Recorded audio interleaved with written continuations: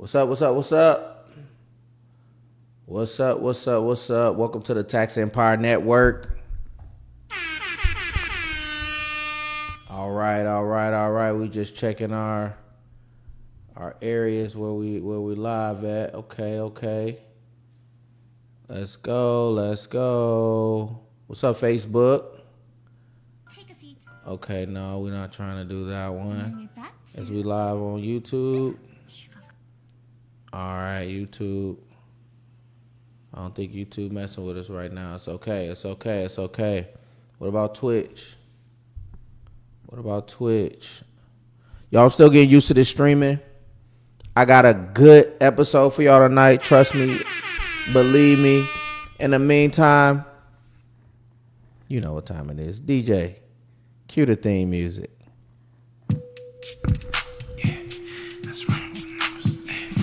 Let's run up them numbers. This one is going to be one of the most impactful streams.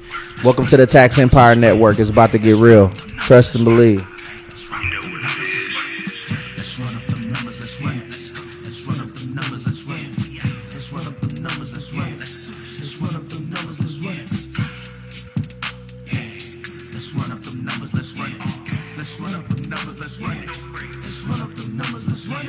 Let's run up them numbers, cause I need them commas. Yeah, I need them digits, just keep all the drama. I put in that work. So get in this back, you can call it my karma. I've been in the kitchen, cooking up tracks. I'm feeling like Martha, investing these days. Came back from Miami, I just brought a truck. Let's run it. What they trying to do, we didn't already done it. Around here, they call me Ben Franklin, cause they know when I come, I'ma Keep it 100. I'm getting that merchant, move Faster than Sonic. My numbers is lit. It isn't ironic. I fell in love with running up digits for so many years, tried to keep it platonic, but now we just moving in waves. Every day running them plays. Some days feel like Draymond, cause no, we ain't ducking no fades. Mixtape, soon as it drop, it's doing number like Blade. Put in the game in a cage. Hey, or we just set it ablaze. Run up them numbers, let's run it. Let's run up them numbers, let's run it. Let's run up them numbers, let's run it. Let's run up them numbers, let's run it. Let's run up them numbers, let's run it. Let's run up. Shout out to Carmichael Music. Let's run up them numbers, let's run it. Let's run up them numbers, let's run it. Let's run up them numbers, let's run it. Let's run up them numbers, let's run it. Let's run up them numbers, let's run it. Let's run up them numbers, let's run it. What's up, Garrett? Let's run up them numbers, let's run it. Man, we finna get in on this. Let's run it. Let's run up them numbers. All right.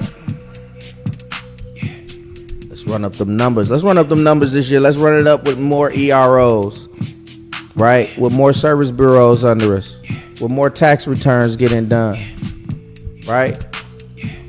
Let's run up them numbers. Let's run it.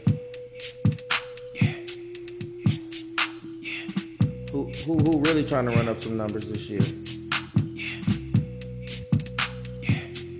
Getting some more VAs, hitting some more events. Run up them numbers, let's run it. Run up them numbers, let's run it. Get more business, get more leads, get more placements. Let's run up them numbers, let's run it. Let's run up them numbers, let's run it. Let's run up them numbers, let's run it. Let's run up them numbers, let's run it. Let's run up them numbers, let's run it. Okay, bet. Yep, we live on Twitch. Let's run up them numbers, let's run it. George J95. Let's run up them numbers, let's run up them numbers, let's run it. What's up, Twitch? Let's run up them numbers. What's up, Twitch? Let's run up them numbers. Yes, we in the building. All right, let's get it, man. This one finna be one of them for the history books.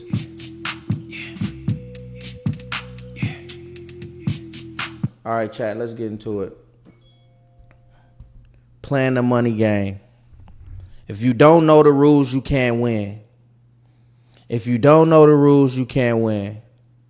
There are a certain set of rules that are put in place that govern the money game. Most of us, we wake up every day and we're frustrated with how the money game is getting played against us, but we don't understand what's really happening around us. And so today I found one of the most impactful podcasts. We're going to go through half of it. I'll probably do another half tomorrow, and then we're going to do part 2 later. But this has been one of the most powerful podcasts that I've came across talking about the money game. This man is dropping the gems, and I am so appreciative to be able to come across this content that I could not help but want to share it with y'all, okay? So I need some hearts, I need some emojis, I need some comments, man. We finna really sit down and we finna go to class and we finna learn about the game that governs every area of our life. First of all, we want to thank God for all of these opportunities, and just understand that the money game, we have to play it whether you're religious, whether you're not, whatever denomination you is or belief that you have, you are thrust into the money game. Why? How do I know that? Because even when you're at your religious institutions, what do? They have to collect offering, because even your religious institution has to abide by the rules of the money game. So we thank God we don't love money, but we understand that money is a tool, and we have to understand how to utilize that tool, how to collect that tool, how to be able to be a more sophisticated player in this game. All right. So without further ado, I want to let this gentleman jump on and begin to drop some gems for us. It's about to get good, y'all. All right, let's start this. I was the first black finance director in Canada's largest integrated logistics company. So it's not academic knowledge that will make wealth for you. The body of knowledge that creates wealth is very different. If you have those things, It's not academic knowledge that's going to create wealth for you. He says that the body of knowledge that is needed for wealth is different than what you're going to learn in the schools. They're not teaching you the knowledge that is going to get you to be able to acquire different buildings and real estate and build any kind of wealth. Academic knowledge, learning about geometry and learning algebra and calculus and all of that stuff. Tell me how far that's going to get you. I don't even remember what I learned, a lot of that stuff in 11th, 12th grade, right? Academic knowledge is not what takes you and thrusts you into wealth. And he's laying the foundation by saying the first rule you got to understand is that the body of knowledge that you have to learn is not what you're getting in school. You have to acquire a whole new set of information. So I hope you guys are ready to acquire some information tonight, because we're really finna break some of this down. Let me step back from the mic a little bit. We really finna break some of this down for you so you can catch it. All right, let's go. if you are not able to form a company around it, it will enter what is called in the School of Wealth Preservation entropy. Welcome to Wealth on Your Terms podcast, hosted by me, Toby Adikaya. And today we're with Dr. Wesley, who is a wealth creation and preservation consultant with over 25 years of experience. Okay. And as the group CEO of Springs Wealth Consulting, he helps high net worth professionals and families build and sustain multi-generational wealth through businesses and investments globally. So thanks for creating time, Mr. Dr. Wesley. Here. Thank you for having me. Dr. Wesley. I'm looking forward to all we're going to learn from this. I was watching a video of yours. You're talking about the money game and how people don't realize the game of money and they don't realize that there are different players. So can you expand on that? How do we ensure we're playing the right game and we win? Great. So money is a game, and I think Stop right there. Stop right there. Most people don't want to think of money as a game because it's too serious. It has too many consequences. It's you have so many emotional connections to money that to think of it as a game is almost to not even give it the respect that you think it deserves. So you're going to look at it as something way more serious, something way more critical, and not to take a step back and realize it's actually something that was created. The entire system of it has been created, and it is a game. That's the first thing he said. First thing you got to realize is that money is a game. It's a game. It's a game, right? Just like chess is a game, and checkers is a game, and basketball is a game, and football is a game. So we understand all these other games, but we don't get that money is just it's a game as well. There's a lot more moving parts. There's a lot more variables involved. There's a lot more players involved. There's a lot more sides involved, right? But it's still a game. All right, I'm not gonna steal his thunder, but I'm gonna let him cook. I'm gonna let him cook. Let's cook. Didn't come to realize it until much later. I wish I knew. So the first thing is, why is money a game?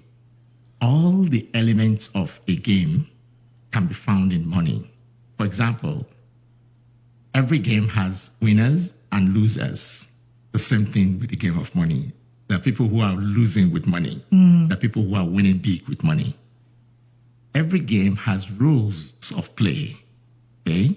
If you don't know the rule, you are not, the hope of winning is completely lost. Hold okay? up. We're Canadian. If you don't know the rules, the hope of winning is completely lost. So think about it. If you go out there and you try to play basketball, but you've never learned what a double dribble is, you don't know what it means to travel, so you just pick up the ball, you start running. How you gonna win? Travel? You don't know where the out of bounds line is. You don't know what the rules, you don't know what a 3-point shot is. 3 points takes you up 3. A layup is 2 points. You don't understand how the game is orchestrated and organized.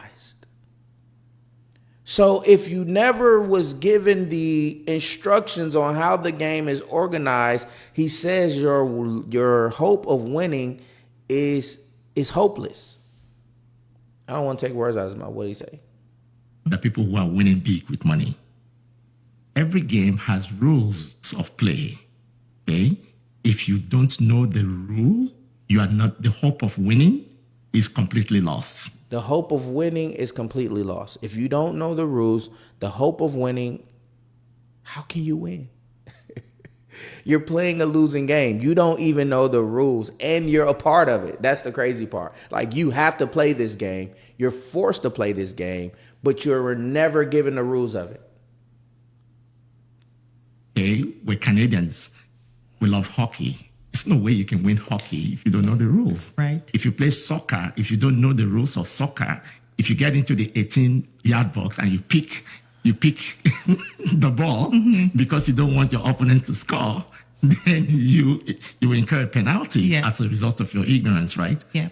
So the same thing with the money game. There are rules. And if you don't know the rules, the hope of winning the game is completely lost. It's hopeless. Wow. Okay. A third feature why money is a game is that every game has score. Yes. Okay. For example, if you play soccer, right? We can keep score. Yes. So you know who is winning, who is not winning. Yep. The same thing with money game. You have scores. Okay.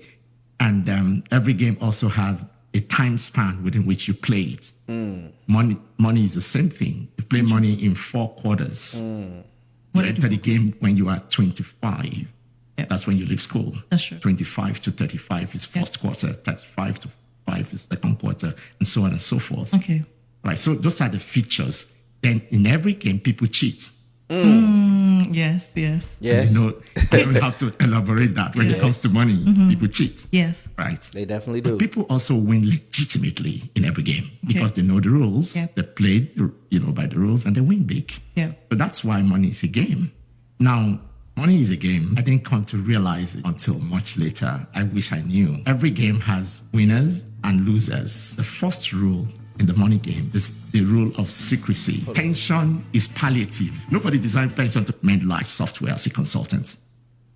Now, when you work in a company, you're given a profile. The profile restricts you. So if you're in finance, all you can do is finance. Not even the entire finance, just a portion of finance. Right. You will not be able to access the information in sales, in marketing, in and so on and so forth. Yeah. So in in the organization is kept secret. Yes. So it goes on and on. So if you don't understand the secrets, you cannot win. Hold on. Meaning that I understand software, Yeah. I implement like. Now, in the money game, that the rule of secrecy simply means that, think I about skipped it, too far. simply means that the rules that govern the game are kept secret. Wow. Hold on. Every game, people cheat. Hold on. Wait 1 second. The law of secrecy.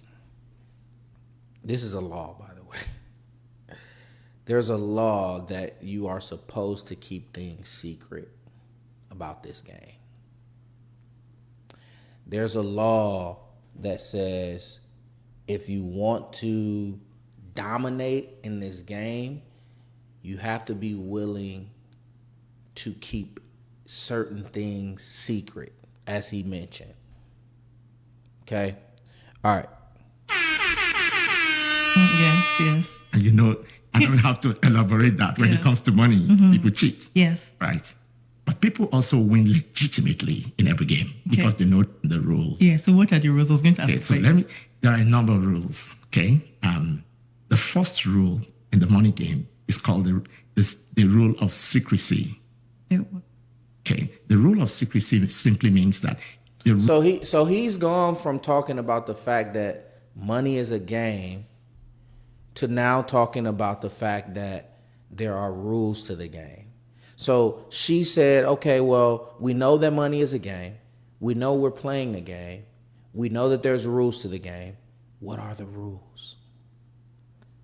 Won't you just help me out and tell me what are some of these rules that I need to understand? It's like, oh, thought you never asked. All right. Well, the first rule to the game is the law of secrecy. rules that govern the game are kept secret.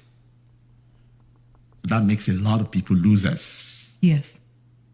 So why is it kept secret? If you understand how money works, the knowledge of it is not taught in school. You're right. You know that very Yes. well. Yeah. Okay? Right. It's not taught in school. Yep. I respect our lecturers. I love academics. I've done a little bit of schooling, but how to be wealthy is not taught in school. It's kept away. Now, in the money game, that not rule taught in of school. secrecy simply means that, think about it, no manufacturer will disclose their trade secret. Yeah. True or false? True. Yeah, right? Yep. McDonald's will not tell you their trade secrets. Yes. Coca-Cola will not Okay. never tell you their trade secrets. Yeah. Okay? As a matter of fact, that law of secrecy is so powerful that if you invent anything, you are allowed to keep it secret. It's called patent law. Let me help you guys understand something really quick, because I hear a lot of people talk about gatekeepers and people who don't want to share information. Now, granted, I love to see my people come up, and I love to help the community. That's why I'm doing this not podcast, but doing this stream right now, because I want y'all to get the information and understand what's out here. There's no gatekeeping when it comes to that. But what he's saying is there's a law of secrecy when it comes to your competitive edge. How can you keep a competitive edge if you are giving away all of the secret sauce that makes you unique? He says Coca-Cola is not telling anybody how they are mixing their special recipe together, so other people can't steal it. That taste you can only get from Coke. Pepsi has a similar blend, but it doesn't have the same taste. And so we have to understand that you can't just give away everything. You can't. It's not financially wise from a business standpoint to give away every single portion of your secrets that's making you you. Now, as a coach and a mentor, I try to give away as much as I can. But these are people who are inside of my organization. And when they become a part of my organization, at that point I can begin to expose my trade secrets. I want them to know how to build, how to grow, how to have their own competitive edge, how to begin to build their own unique space in the tax industry. So when you become a part of our team, you get exposed to our trade secrets. All right. But if you're outside of our tax team, to get exposed to our trade secrets and get access to that, there's a hefty fee involved, because we're not just going to give that away, because that's what makes us unique and makes us competitive. He said that the law of secrecy is so powerful that there is a process called patent that allows you to file to keep it a secret. There's something that's called patent that's supposed to protect your secret and your competitive edge. All right. So that's what he's talking about. I don't necessarily like this fact that the law of secrecy is almost the first thing that he mentioned, that the rule of the game is secrecy. And that's why we have 95%, 99% of people, 95, I'll say, who are either living middle class or below, while you got the 5%ers and the 1%ers who are actually in the game playing at a high level. Because why? They understand the rules and they have tapped into those rules and they begin to execute on what they've learned. All right, let's continue, because this can be a very long stream, and we want to get through it because there's some good stuff in here. All right, let's keep going. Yes. Do you understand it? Yes. So that's the first law, is that the rules are kept secret. That's why when you work in a company, my background, I'm also a certified SAP application consultant, meaning that I understand software. Yeah. I implement large software as a consultant. Now, when you work in a company, you're given a profile. The profile restricts you. So if you're in finance, all you can do is finance, not even the entire finance, just a portion of finance. Right. You will not be able to access the information in sales, in marketing, in and so on and so forth. Yeah. So in the organization, it's kept secret. Yes. So it goes on and on. So if you don't understand the secrets, you cannot win. That's number one rule. The second law is the law of team. Most people don't Speak to him, sir. That money, to win money game, is a team sport. Now, you can earn high income alone. I can go to work, and I went to work for many years alone, just working alone, but I wasn't wealthy because I didn't know the rules. Okay? Yeah. Okay? It's called the rule of, team. You cannot create wealth alone. You can only create wealth through a team. So that's why you create wealth through other people's talent, other people's skills, other people's time. Yeah. And there's absolutely nothing wrong with that, because you compensate them for that. Right. So the reason why we go to work is that we're part of the team creating wealth for our employer. I'm grinding my teeth on this one. Lord. Wow. I gotta rewind that. Jesus. Okay? It's called the rule of, team. You cannot create wealth alone. You can only create wealth through a team. I wish y'all hear this. All you solopreneurs out there who think I'm just going to do everything, I'm going to handle it, I'm going to take care of it, I got it, I'm going to wear a million hats. You cannot, I repeat, you cannot.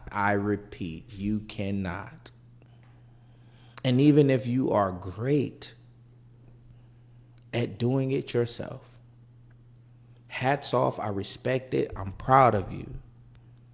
But think about how far you can get if you didn't do it yourself, if you actually put a team around you.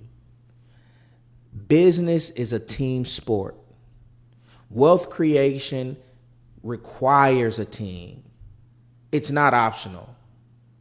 These folks who think that they can get somewhere in life, get somewhere and dominate, but never thought about what it's going to take to put a team together, you are delusional.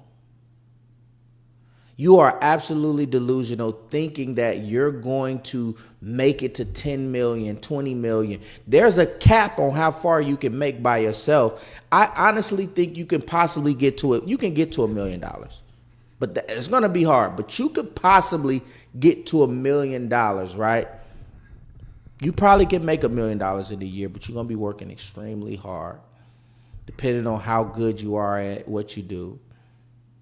The typical person on an individual level, if you're working at a job or even if you got your own self-employed business, you're a barber, you're a graphic artist, something like that, you can make up to 6 figures, high, 200, 300,000. Okay. That's a lot of money. Don't get me wrong. Like you could do 6 figures by yourself for sure. But if that's where your cap is, just imagine when you start putting people in place to do the little things like answer the emails and create the flyers. And granted, now we got AI that can take a couple jobs as well. So you got AI working as a part of the team. Now you got actually real people working as a part of the team. You got people who are going to be your assistants, who's taking care of organizing the flights and taking care of the some of the small intricate details that you don't no longer have to worry about. You can now worry about doing what you do best and focusing on how you operate at your highest level. Team. Just like basketball is a team sport, even though you have some individuals who stand out more than others, you still need everybody on the court to win. Stop trying to play this game by yourself. PSA. It's time to get more people to come along with you with the vision that you have. If you have a vision for a nonprofit, it's time to cast a vision and bring people along with you. If you have a strong enough vision and a strong enough passion for what it is that you believe that you are called to do, you're going to have others who are going to follow you just because you have so much conviction. They want to follow you because you have a conviction they don't have. The conviction that you're displaying, they admire. The discipline to go after something, even though it's uncertain, they admire and makes them want to follow and be connected to your vision. Not just follow, but be a part of the building process. You cannot build alone. You're not going to build anything significant being a solo builder. Just imagine someone trying to build a house and they're going out there by themselves every single day and trying to put one brick on that house. Put another brick on that house. And try to lay some cement. How long is it going to take for that one person to get that house done? Lord, I don't know. It could be forever. It could be forever. But if you get a team of people who can bring some cranes in and some different tools, and you begin to leverage different things, and you begin to leverage other people's money, other people's time, other people's resources, that house can go up in a month, 2 months, whatever, depending on how fast and how good the team is. So then it becomes, how good is your recruiting skills at getting top talent? All right. Stop playing this game alone, please. I think this is the biggest thing. This is my biggest hurdle when it comes to coaching and talking to people and trying to help them build, trying to help them grow. The main thing I tell them is you need help. well, I know I do. I don't really trust people like that, or I can't afford to bring anybody on like that. And there's so many excuses around why you won't pull somebody in to your movement, your vision, your organization, what you have going on. You have every excuse why you can't bring another person on this ride with you.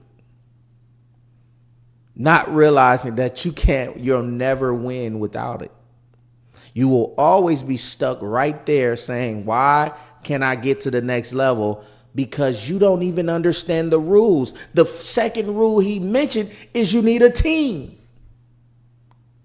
Yet you're still trying to play this game without one.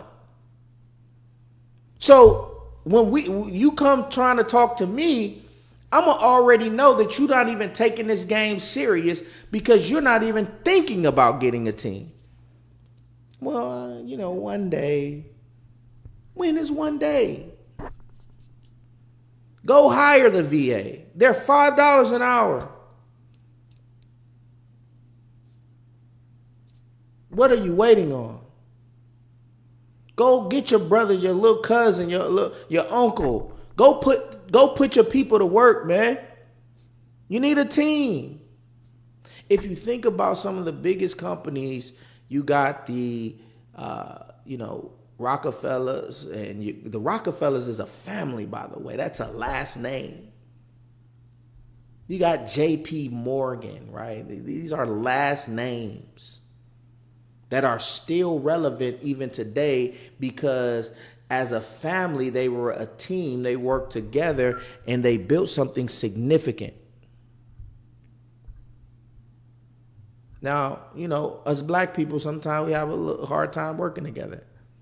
But I'm starting to see more black people working together, and that stereotype is being crushed. Black people can work together. I am living proof because I've worked with black people, and we work very well together. And we're out here moving and shaking, and we're trying to win. Okay, so you can work with people. You need to build a team. All right, let's continue.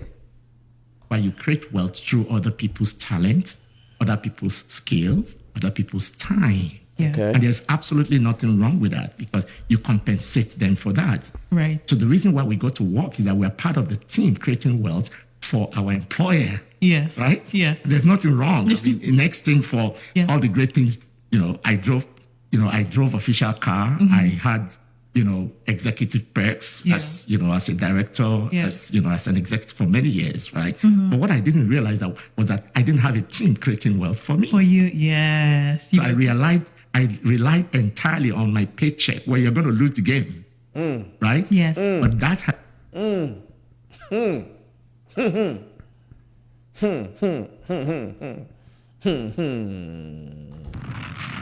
So I want to flex his bombs for that. He said I was He said this is what I was doing. See, y'all haven't heard his story yet. He's going to talk about his story. This man is very wealthy, by the way. Extremely. He's doing very well. He did not start that way. He said I was relying on my paycheck, entirely on my paycheck. Like my paycheck was my entire livelihood. He says you're going to lose the game. We have been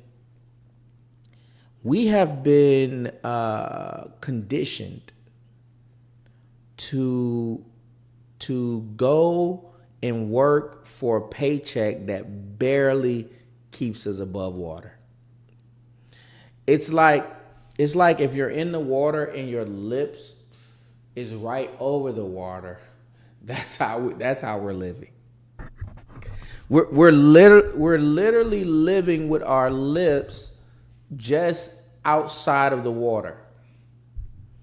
Meaning, if anything tragic happens that where we can't work, where we lose our job, we instantly go under. They says it's a stat like 75% of Americans don't have at least $1,000 saved for an emergency. $1,000.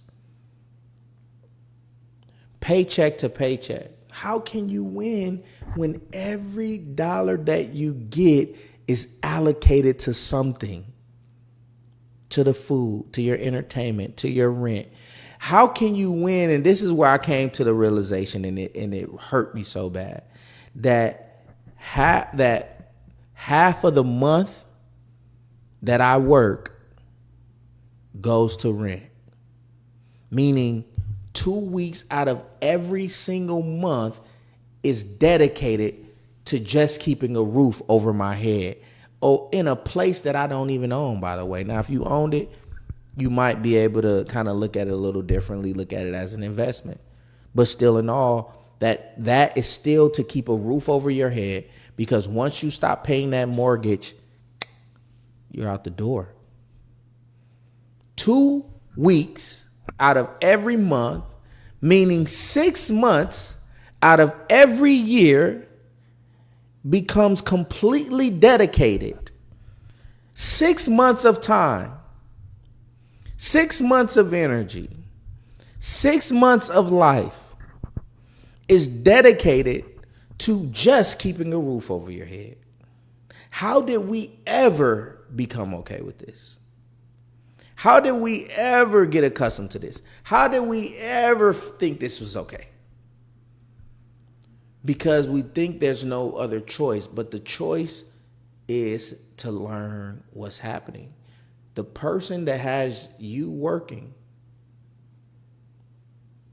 2 weeks out of every month just to keep a roof over your head, that's not including the other bills. The phone bill, the gas. The gas is high as a fool right now. The car, the insurance.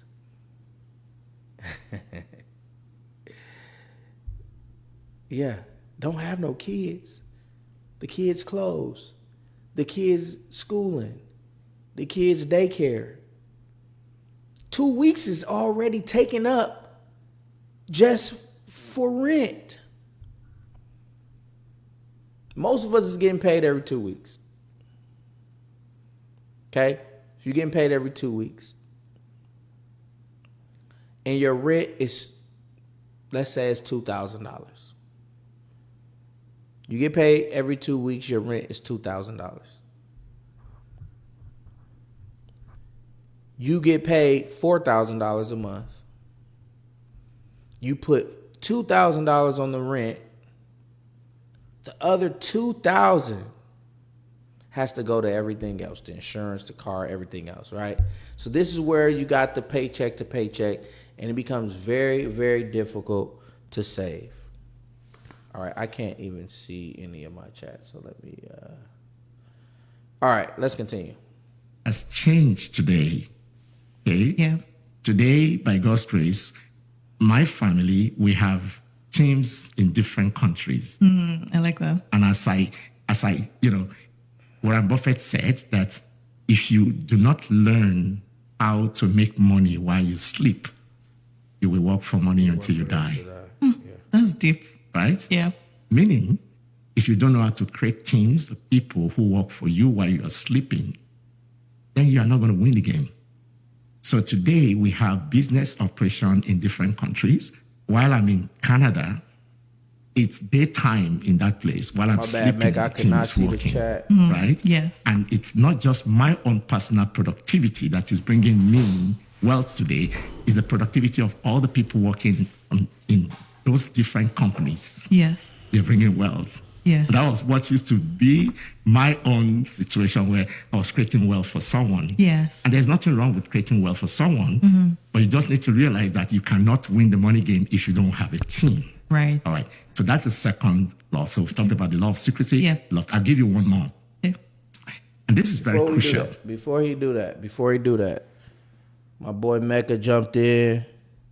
He said AI helped him a lot. People just have to do the help and find the most out of the time. Oh, most definitely. Definitely always, you know what I'm saying? I love to connect with you. Now, get a team before he move forward. Get a team tomorrow. Start thinking about who you can bring on your team. Start thinking about who would be the best, even if they're just a thought partner that you can call that can give you more information. Who can you depend on daily that's going to be working in your business every day? And pay them folks, man. Allocate some money to pay them. If you can allocate money for your phone bill, if you can allocate money to go to the Usher and Chris Brown concert, if you can allocate money for Netflix and all these other things, you can find a part of your budget to pay somebody to help you. You need some help. All right, let's continue. It is called the law of measurement. Oh, what's that? Okay. The law of measurement is that, remember I told you that every game keeps score. Yes. Okay. You see, you can't create wealth and you can't grow wealth. You can't manage wealth if you don't measure it. Yes.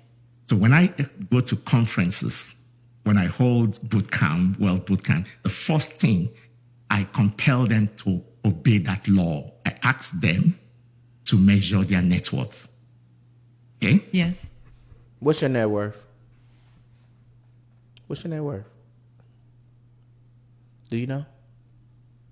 What's your net worth? No. Not how much money you got in the bank account. Not how much money you got in your savings. What is your net worth? Well, Will, what's the difference? What is a net worth? I hear people talk about net worth, but is that just how much cash you got? Net worth is your assets minus your liabilities, period. What does that equal? Assets. What is an asset? What is an asset? If you don't know what that is, it's one of the first rules to the money game is understanding assets over liabilities. Assets bring you money, put money in your pocket. Liabilities take money out of your pocket. Liabilities are cars, jewelry, watches, sometimes your home, sometimes your girlfriend. No, I'm just kidding.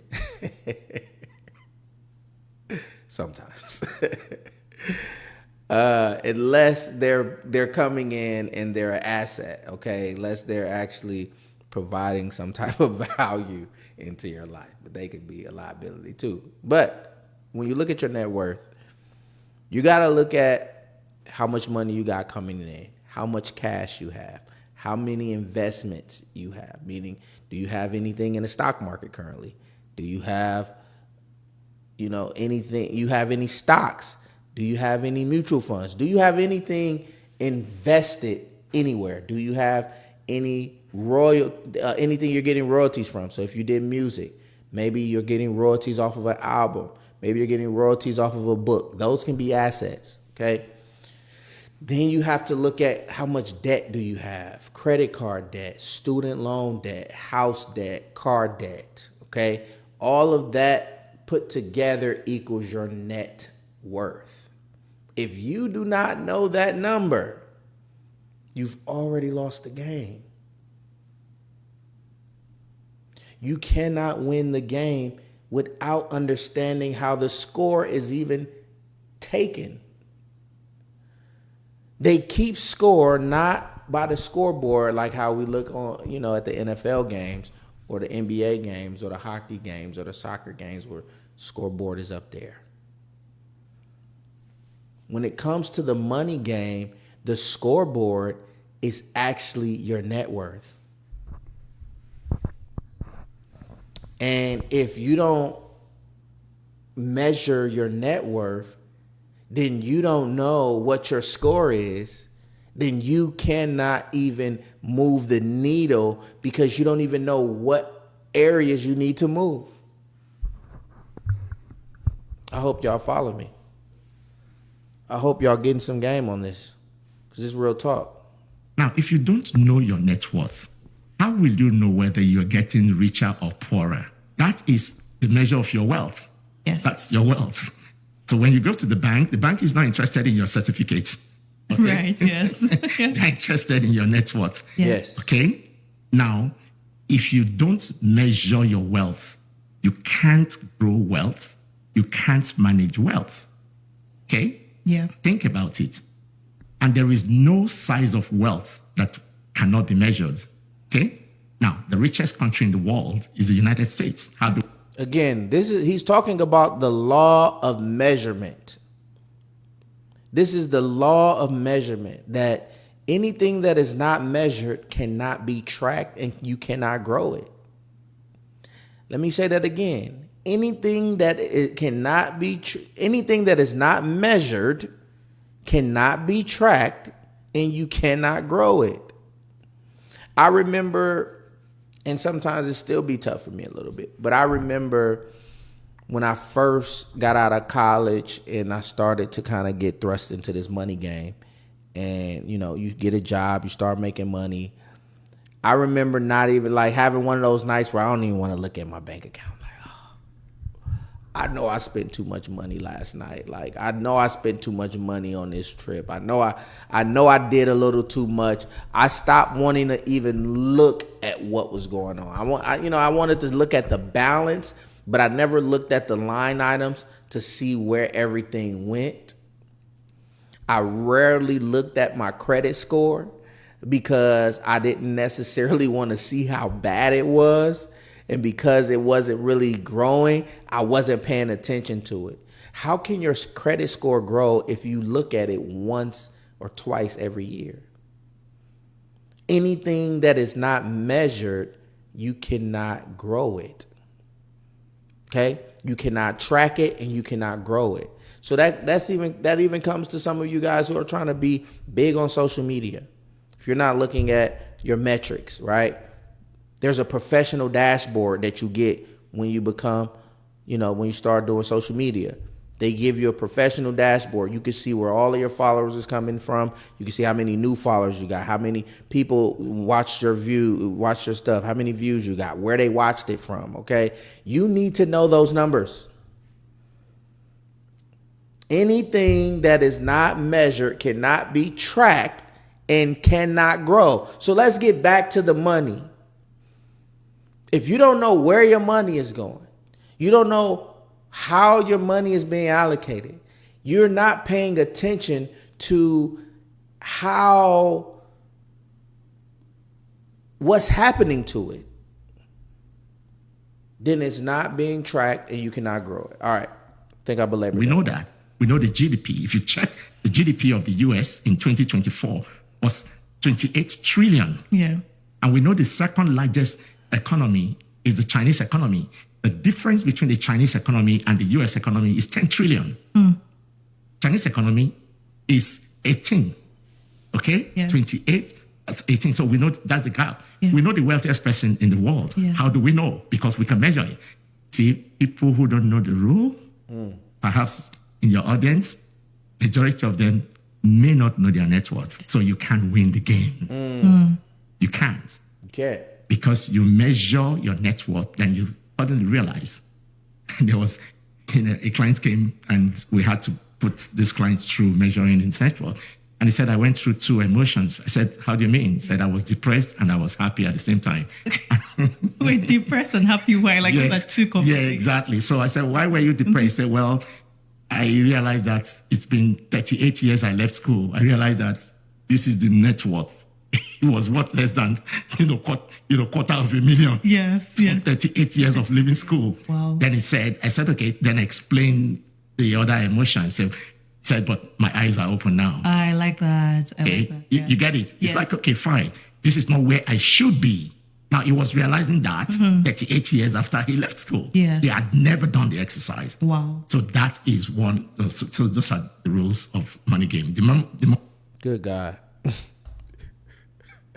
I'm only 11 minutes into this. I'm only 11 minutes into this. Oh my gosh. I don't want this live to go on forever, but I think this is probably one of the most important ones that I've done. And I think that the epiphany that some of you might have after watching this could wake you up to help you understand what's going on really around you. he said that this gentleman he came across had him go through an exercise, and he let him see what his net worth was. And the guy was like hurt but happy at the same time, because he was like, how don't I have a larger net worth? And this man's like, well, it was under 250,000. Now, if some of you listening to this, and most of us might look at 250,000 and say, man, and I think they're talking about pounds, but it's very close. We might look at 250,000 and be like, man, he balling. But can you retire on 250,000? You can, ish. But he's saying after 38 years after leaving school, so this man was probably in his 50s,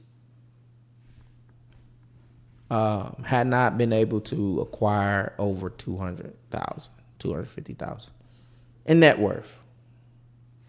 So that also includes your house, so on and so forth. It's a real thing.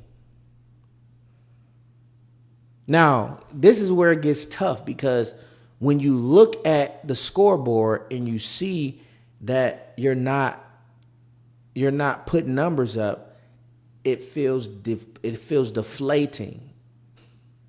And then you might start just feeling bad about yourself.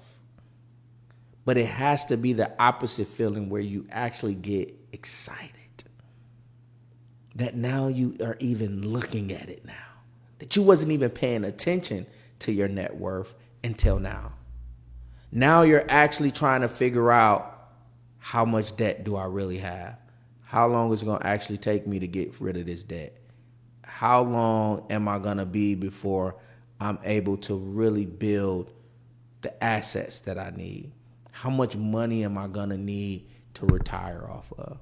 Now you're starting to actually even think about it. These thoughts never even process through your mind. The fact that it's now processing through, it's okay that, where you are right now might not be where you want to be, but it's a starting point to be awakened to the game, to the real game that's being played. Okay? All right, let's continue.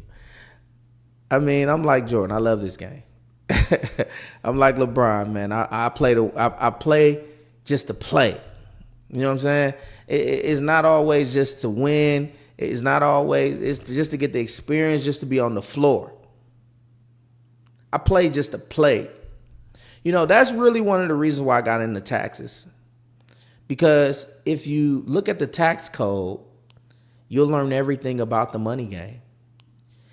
Because the tax code is about assessing tax on the different ways people make money in the game. So you really get exposed to all the different ways, aspects, and maneuvers in which people attain wealth, money, income through the tax code. And also obviously you learn, how you can pay less in taxes or how to position yourself in different ways. Either way, it's all a game. It's all part of the game. The tax code is part of the game. All right, let's continue. The moment you start keeping the rules, your chance of winning goes up. Yeah. Quick one. This podcast is about wealth on your terms. And for a lot of people, that includes real estate. I'm Elias. Back to when you moved to Canada and when you were working in corporate, what are things that you noticed? All right. So If you don't work in IT, keep scrolling. Okay, now that they're gone, how are we doing? All right, we're going to just go ahead and mute that. one of the secrets that people don't know about wealth creation is that the things that create wealth is not about your 9-to-5 job. A 9-to-5 job will never create wealth for you. Nobody ever been wealthy on a payroll. Nobody. Hold on, chill. chill.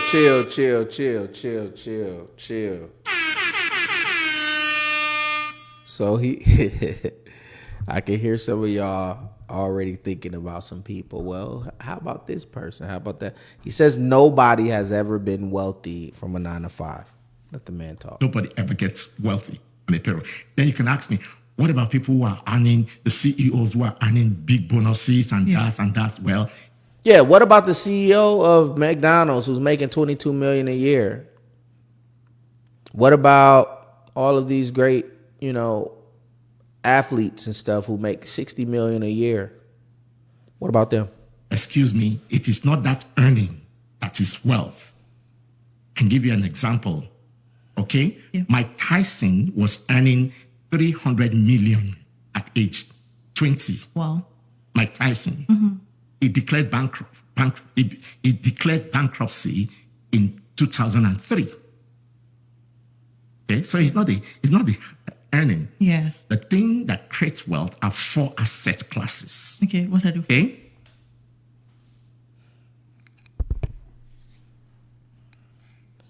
It's not the earning that makes you wealth. He says there's going to be 4 things that actually create your wealth.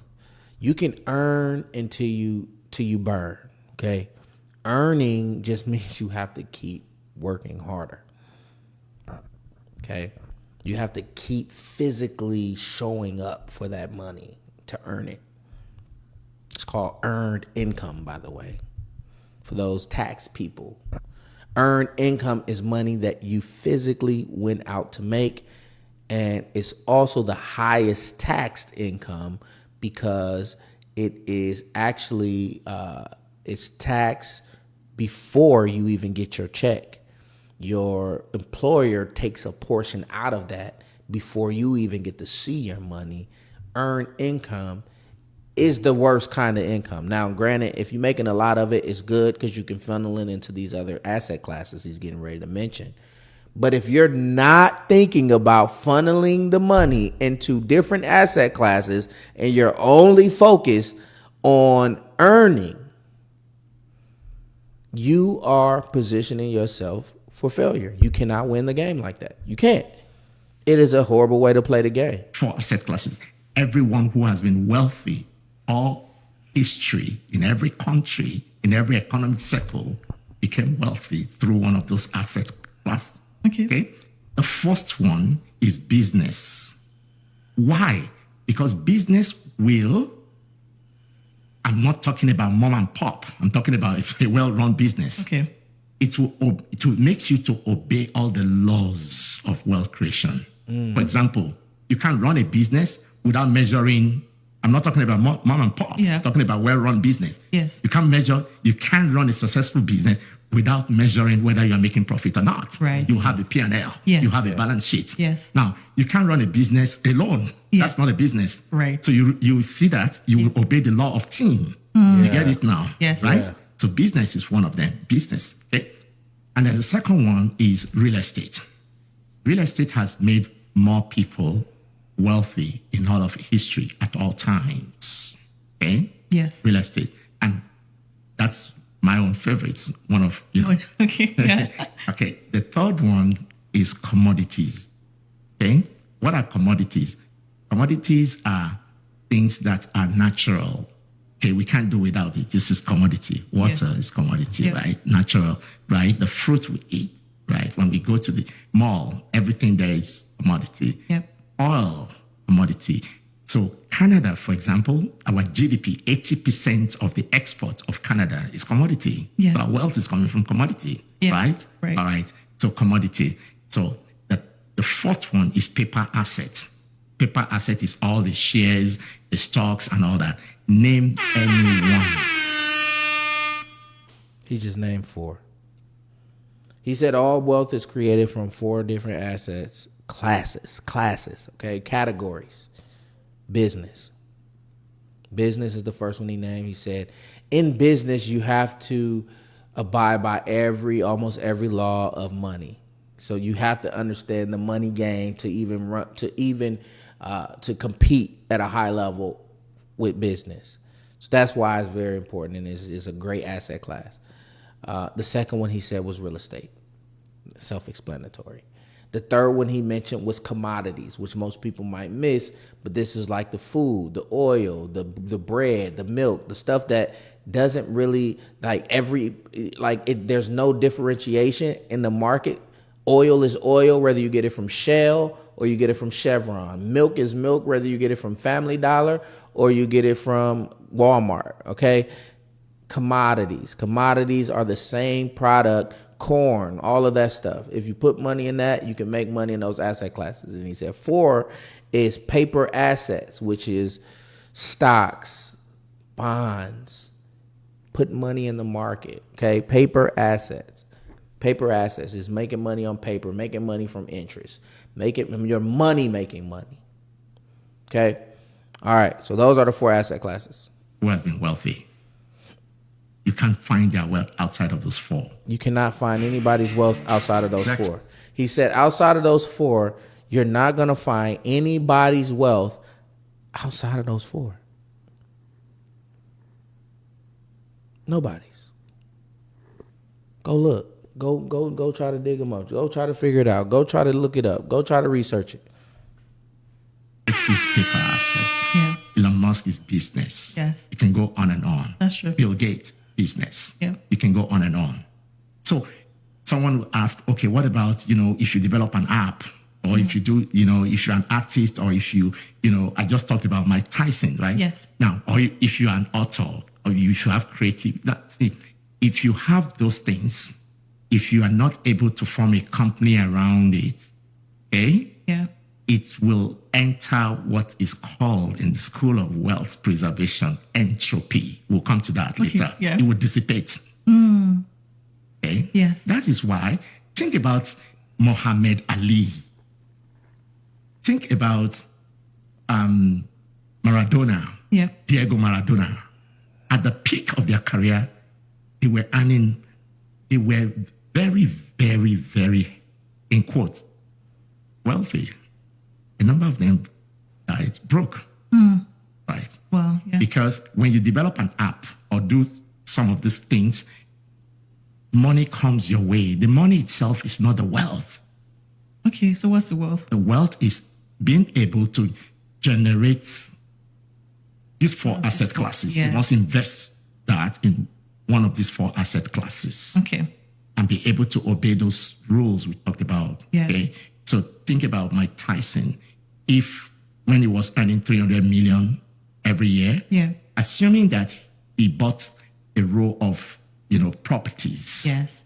gave the property from a property management company and all that. Yeah. After his boxing career, the wealth will still be there. The wealth will outlive him. Yes. Yeah. If you also notice, those 4 things, they are the things that will outlive you. Yeah. Right. All of them. Yeah. Yes. Oh, yeah. The job will not outlive you. Yeah. Wow. Right. So No, I love that. All right.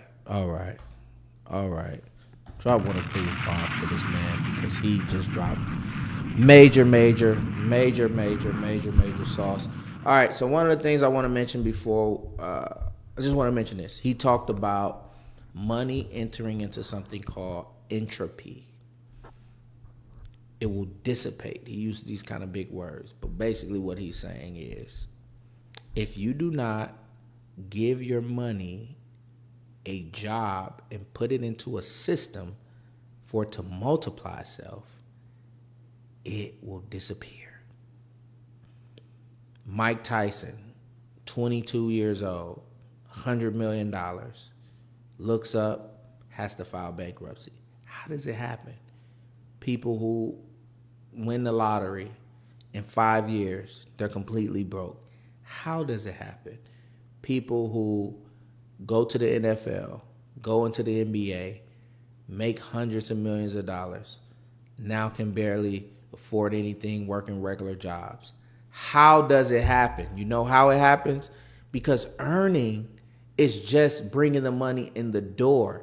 That is not wealth.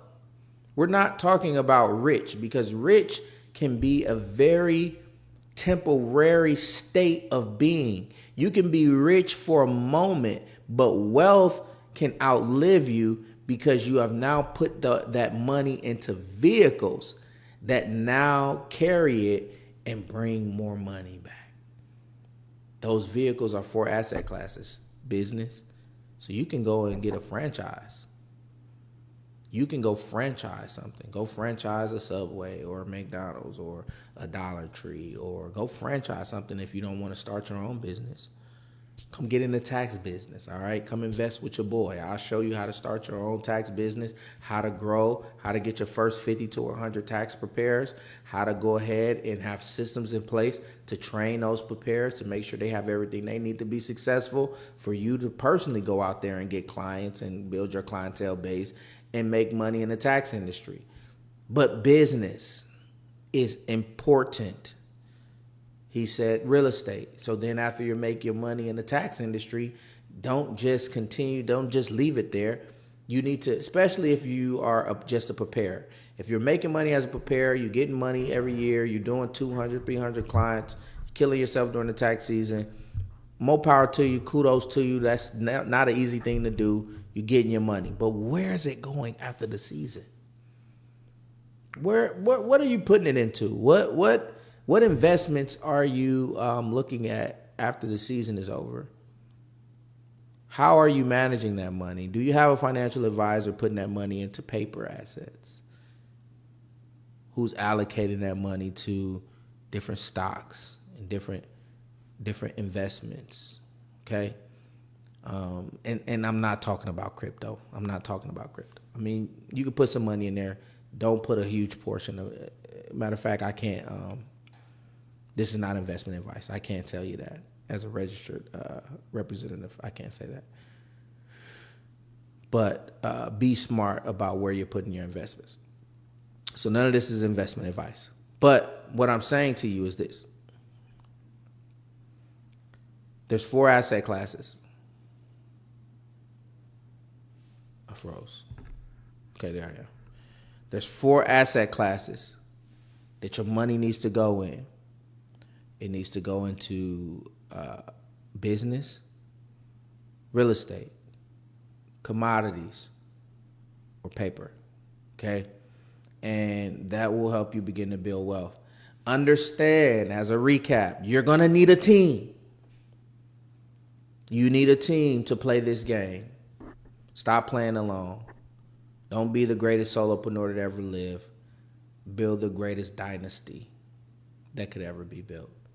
Get smart people on your team. Get intelligent people. Get energetic people. Get excited people who are excited about your vision and excited about what they bring to the table. Get people who are analyzers, people who are creative, people who have strong imaginations. You got to get different people onto your team to be able to create a dynasty. And lastly, measure what's going on.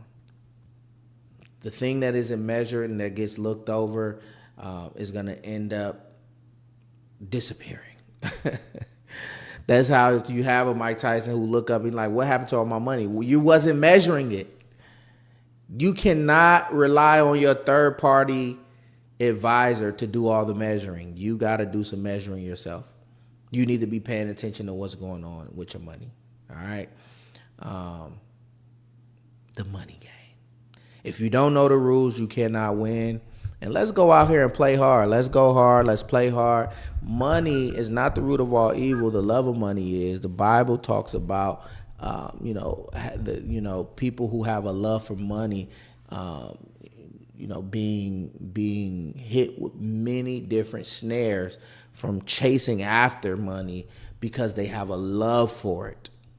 Okay, but the game that we're playing is mandatory by everybody. Okay, so God understands we all still need money, and He blesses the work of your hands. Even if you look at the promised land was about wealth. They were going to go into the land flowing with milk and honey, which was a land that was fertile. Land in that time, the agricultural days, was considered wealth. He wanted them to be wealthy. He wanted them to have more. It is not your destiny to be broke. It is not your destiny to be poor for your entire life. It is not your destiny to get to 50, 60, 70 years old and have no savings and have no retirement and have to live off Social Security, which Social Security is drying up, by the way. You cannot depend on this system any longer because this system was designed to suck everything that you have out of you. All of your energy, all of your time, all of your excitement, and all of your everything that was good about you, it want to extract out of you and leave you with nothing. That's what this system is designed to do. And as long as you keep trusting in this system and not understanding how the money game is truly being played, and we're going to come back and watch the rest of this on the next episode of the Tax Empire Network. We're going to watch the rest of this and learn more about this money game. This game is being played on international levels. You have individuals like Elon Musk right now who's worth hundreds of billions of dollars. More money, you can't spend that in 10 lifetimes. You got people that have so much money they can't even spend it all. You know why? Because it becomes less about the money and more about the game. And some of y'all are so focused on the money that you forget about the rules and how to play at a high level. Any game that you play, if you're more focused on the compensation or who's looking or what your opponent is doing, and you're not locked in on how to execute and dominate, you're going to lose.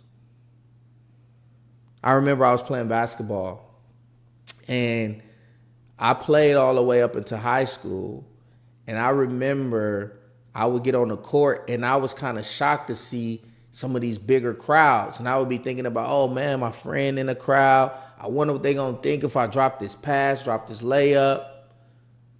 You know, I wonder what they're going to think. I'm thinking about the wrong things. My mind is not on the game. It's on all the other aspects of the game. I wonder what my coach is going to think. I wonder if I'm going to get benched. I wonder this and that. But if you lock in on what your gifts are, what your talents are, what God gave you, what you have currently, what you're good at, right? Creativity is what's going to allow you. God gave you the ability to create. Use your creativity to add value to people around you, and that could be a whole business in itself. That's one asset class instantly. Do you sew? Do you know how to, or do you got just a passion for helping people, right? Do you have a passion for fixing cars? Do you, there's so many things that can be made. Our imagination is infinite. The mind that we have is a supercomputer. The greatest supercomputer. It is the same mind that put a man on the moon, put planes in the air. RIP Spirit. For the surviving planes that are still here. Surviving airlines. But they put planes in the air. I mean, there was literally somebody that looked at this and said, you know what? What if we could fly from Dallas to New York and we didn't have to drive, or we can go to the next country and we didn't have to catch a boat. We could just float through the sky. How can we make that happen? Somebody actually said that and figured that out. And now a whole industry was created around it. There's an individual who I want to highlight on this stream one day as well, who created gasoline out of plastic. Matter of fact, I got to show y'all that. He created gasoline out of plastic.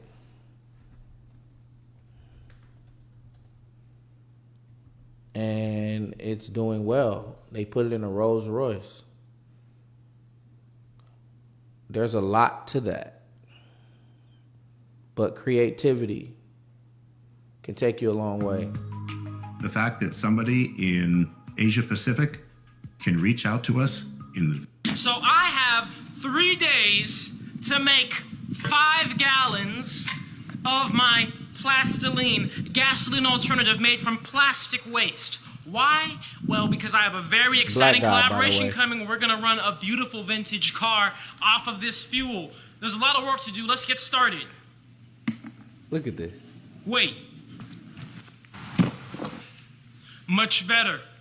Much safer. Let's make this fuel, baby, from plastic waste. He invented all of these machines.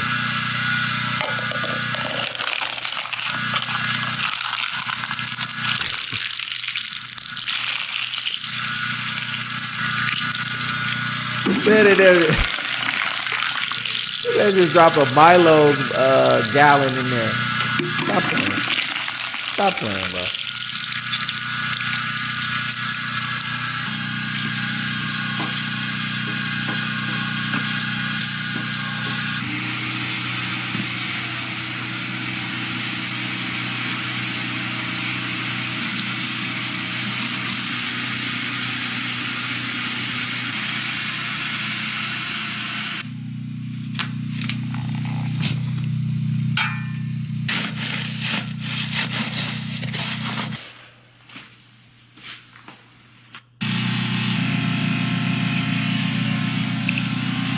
Gasoline. What in the world? What in the world? I'm thoroughly impressed.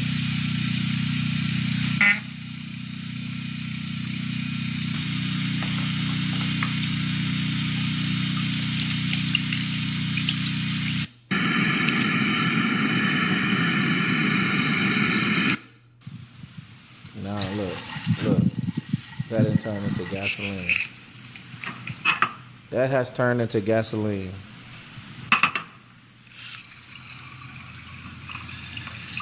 I wish I could find a video of this man actually putting it in a Rolls Royce. It was crazy. But you see what's possible. Right? You see what's possible. You see what's possible. Nothing is impossible, man. Go out there and get it. Run it up. Run them numbers up. Go out there and win. Until next time, DJ, do me a favor. Cue the theme music. Yeah, let's run up them numbers. Let's watch them numbers. Let's measure them numbers. Let's look at the net worth. Let's get them businesses started. Let's get our team going. Let's get our team.